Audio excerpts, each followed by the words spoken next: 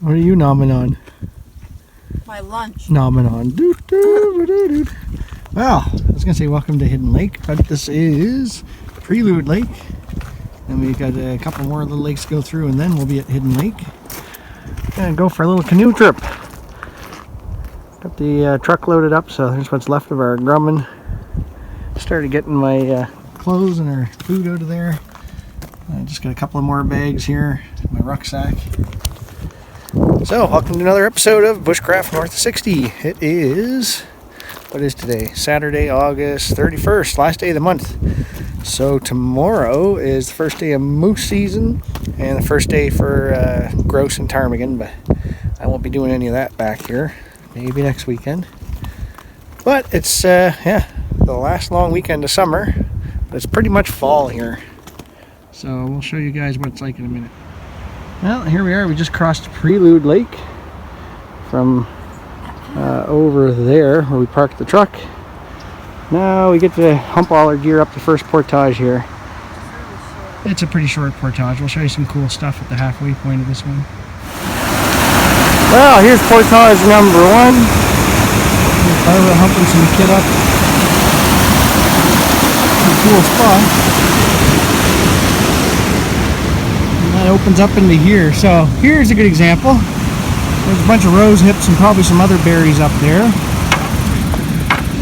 You've got the noise of this water plus the food up there. So bear, are you dragging our paddles or just dumping them? Because I'm not Xena. So anyways, you can have bears up there eating away, so they might not hear you with this water, and all of a sudden you intrude on their territory where they have food. Might not end so well. So give a good yell first, make some noise, and take a peek before you barge into it. So we'll get all our gear up here and carry on. Well, here's the view I get. Lugging this old thing around. Not bad though, it's only about 86 or 87 pounds I think right now with the patches on it. Old Grumman 17 SK. Try not to break my neck on this. Should use both hands. The things I do for you.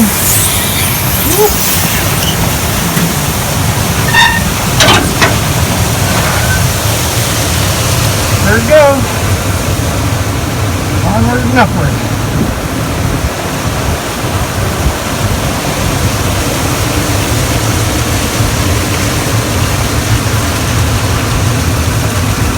I think I gotta take off a layer or two. Alright, now we'll load this thing back up.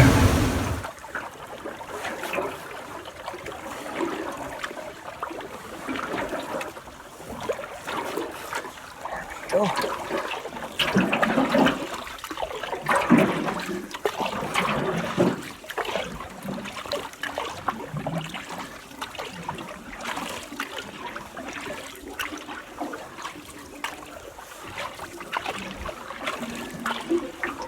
Ooh, fish just came up ahead of us. We didn't bring fishing gear. And that looks like a whiskey jack. Yep. They're cute little things.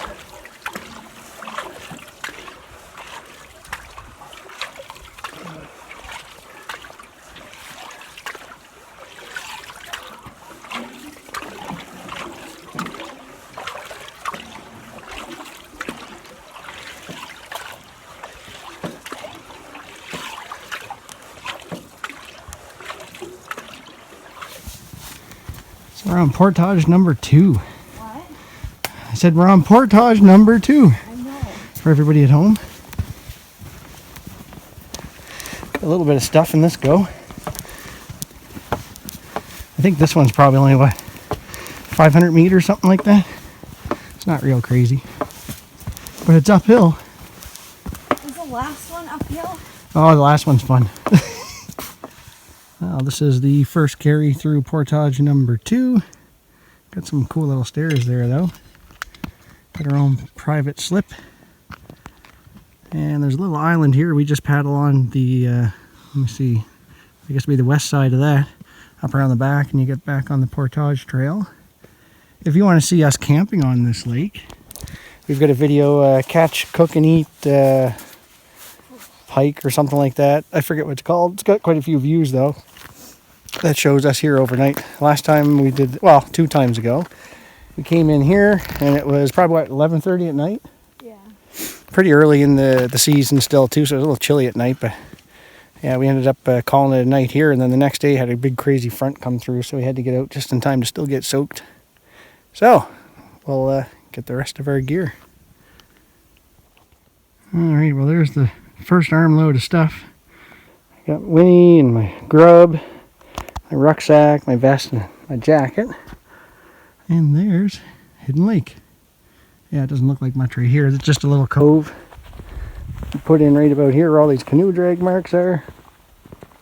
And then off into the wild blue yonder. So this is the last portage. I guess that's the first trip of stuff that I took. See if we can't find Barbara. There's another group of paddlers coming up behind us, so now we got to race. Get a good spot. Lips are all dried out. I'm sweating like a... Can you wait for me? Oh, that's what I'm coming for. Before you go back?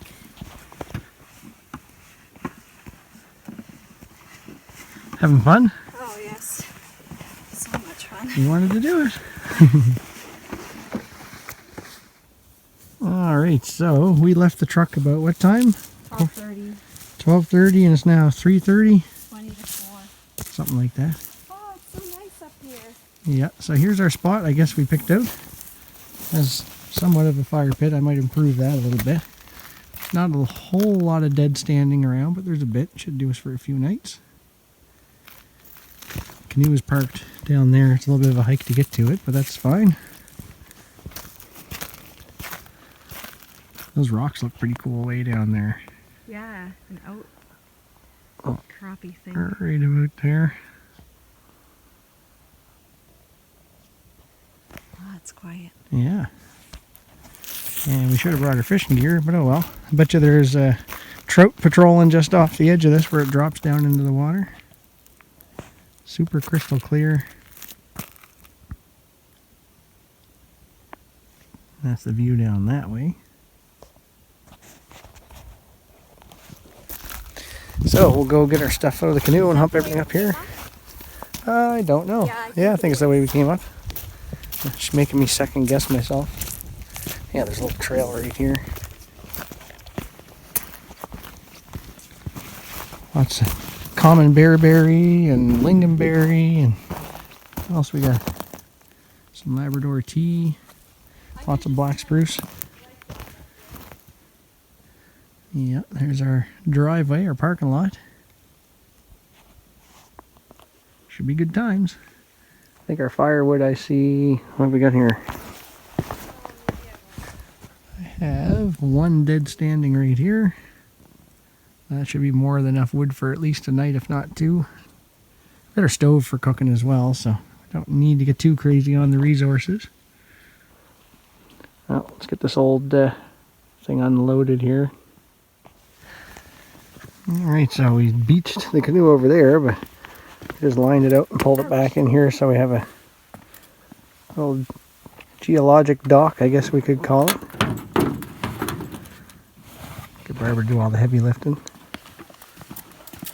The stuff under the tarp now. Yeah, so here's our beehive lady. Camp's pretty much set up.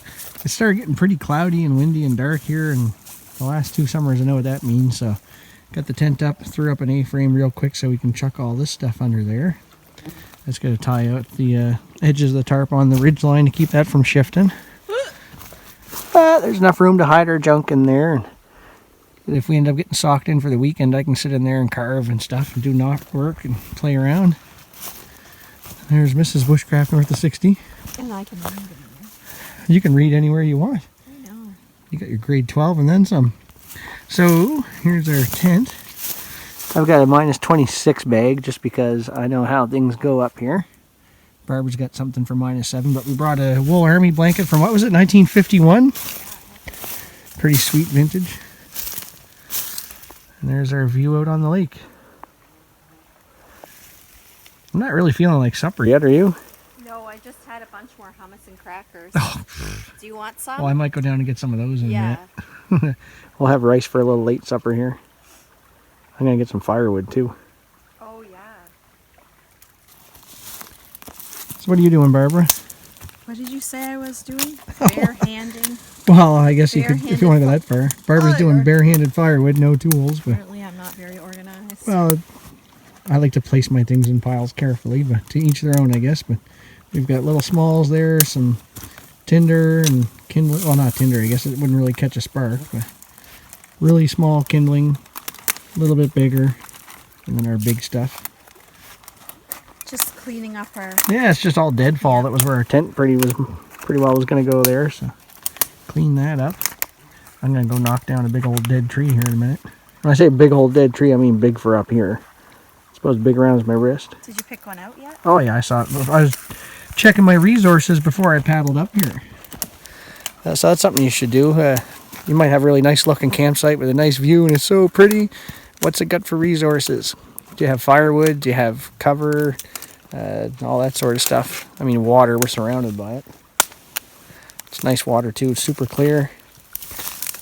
Yeah, stuff like that. And if you're really going to be out for the long haul, what about other resources like food? So we didn't bring any fishing tackle. I know, crazy. One thing we didn't think about. But I don't really go fishing.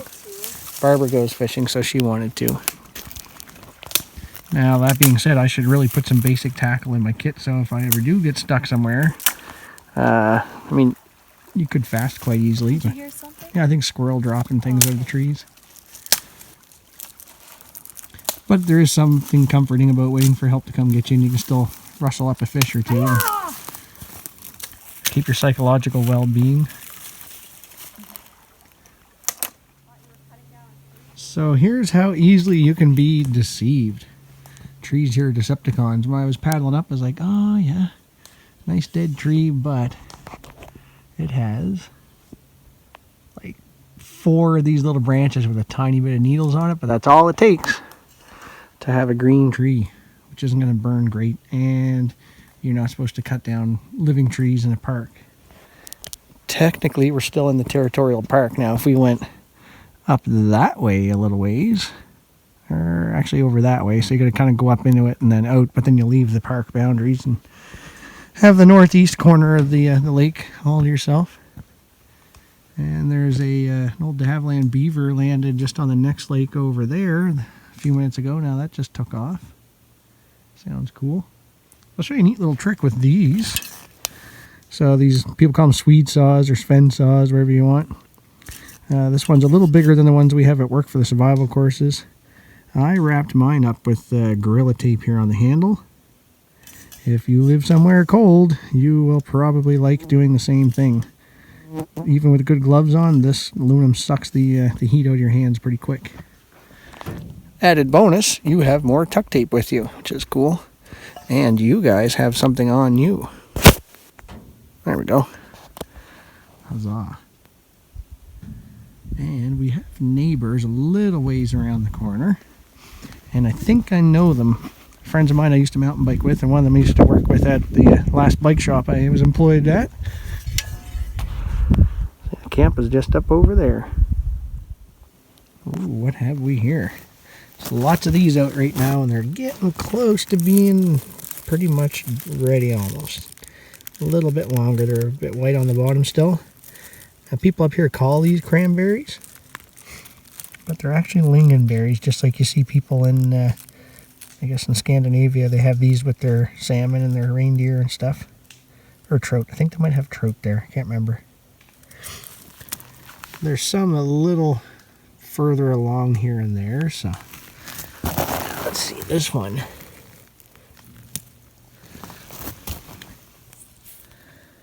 That one's pretty much perfect, and I'm going to pop that in my mouth. Oh yeah, look. There's a bunch under here too. What a delicious flavor. Eureka moment.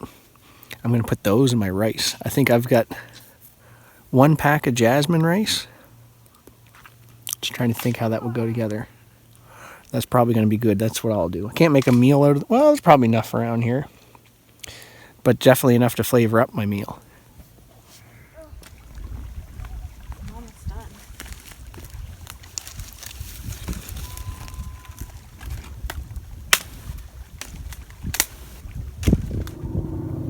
Another beaver going. Busy day. So if you get a piece of cord with a bowline knot in it, stick that around your bundle of firewood. I just put it up on my back, held this over my shoulder, carried all that up in one go. So that's a pretty good sized bundle. Got enough to get things started. It's definitely not going to last us all night though, so we'll save the fire till later when it gets dark. I think I'm going to go have a little snacky snack with the missus. Alright, so I was going to just light it with matches, but what I'm going to do is try out my new Groman with the fire steel, or ferro rod, whatever you want to call it. So let's see how this will work.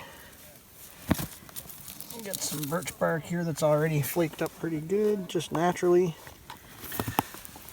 And I don't know if you want to come closer or not so you can see, but there's a little bit of swedge almost. It says it's for striking a ferro rod. Now it's a little, not quite 90 degrees. It flares out a bit, but it does seem to pull off some sparks, so let's try it.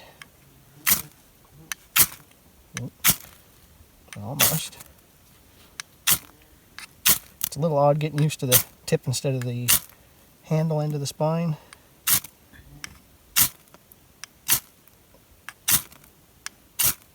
Oh, there we go.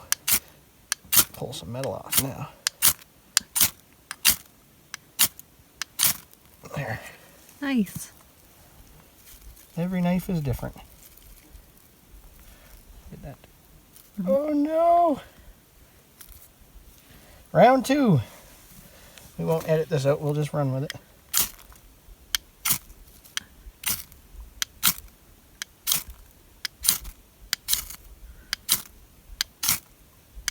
I also haven't used this rod in quite a while. I found this in one of my bags.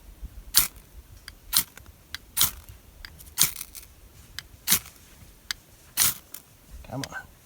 You can do it. What are you doing over here? Yeah, we have a guest dog this week.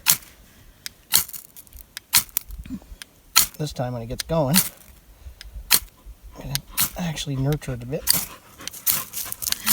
Hi, girl. I thought she was going to walk right in front of the phone. There. So, this time, You need to shelter it somehow. well, get it on a big thick piece. There. Ooh. Until it's all pretty well lit. Ooh. Get it down underneath. And then we'll have fire. So yeah, it does seem to throw sparks pretty good, just a little bit to get used to the direction they come off in.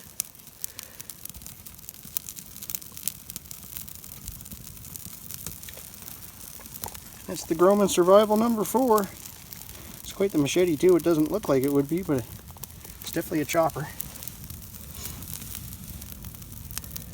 Alright, we'll burn this down and then we'll get some water on the go here for our supper.